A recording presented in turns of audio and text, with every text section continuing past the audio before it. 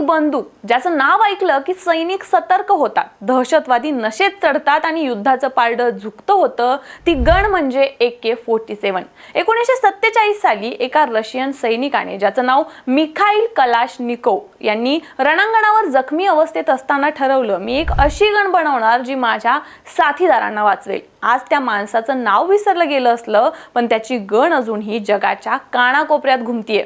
ही एक अशी बंदूक आहे जी युद्धात, रस्त्यावर, सिनेमात सगळीकडे दिसते. वजनाला हलकी पण ताकदीने जबरदस्त अशी हिची ओळख. म्हणजे हाताळायला सोपी असणारी ही बंदूक, रेताड वाळवंट असो व पावसाचं जंगल, ही बंदूक कुठेही चालते. शिवाय टिकाऊ आणि स्वस्त देखील आहे.